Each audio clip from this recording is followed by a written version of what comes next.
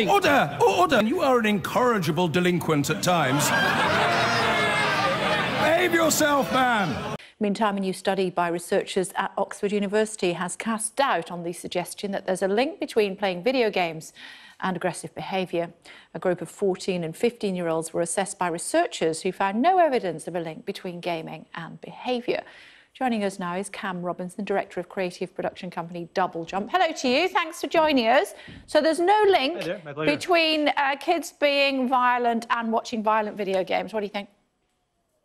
Yeah, this study is really interesting. And to be honest, it's kind of just another kind of data point in the scientific consensus that there is no good evidence for a link between, playing violent video games and then that coming out in the real world in terms of aggression.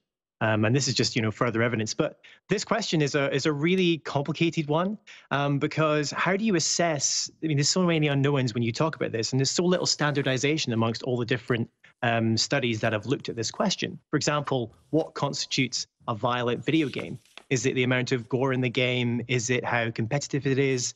Is it how fast-paced it is? And when researchers carry out these studies, frequently they decide on different criteria. So it's very hard to look at individual studies. You really need to look at the consensus. But this study in particular, what makes it interesting to me as someone who tries to follow this topic as well as I can, is that when it came to measuring aggression, that's a very difficult thing to do usually. Normally, it relies on self-reporting. So you'll ask the people in the study, how aggressive did you feel after playing that game? But in this study, the researchers asked the parents and the carers of these teenagers, which is a much more accurate way, really, to assess levels of aggression, because it's people who spend every day with them.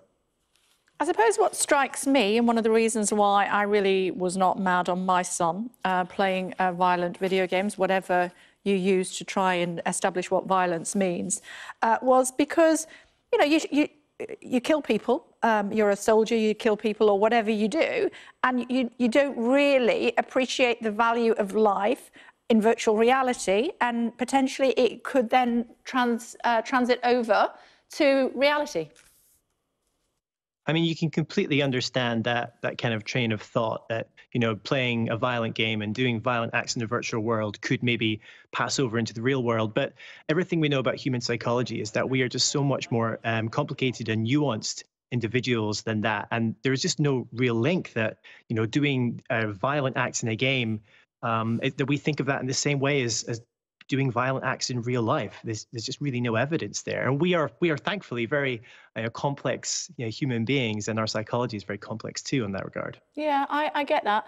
But I would use another example, and interesting to hear what you would say to this. And it wasn't a video game, but it was violent movies.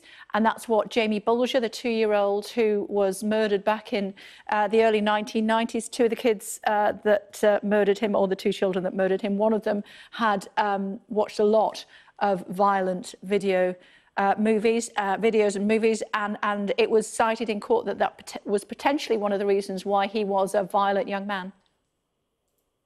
Yeah, I mean, it's really difficult when you're looking at these particular cases because there's so many other factors that could be at play that can cause someone to be aggressive.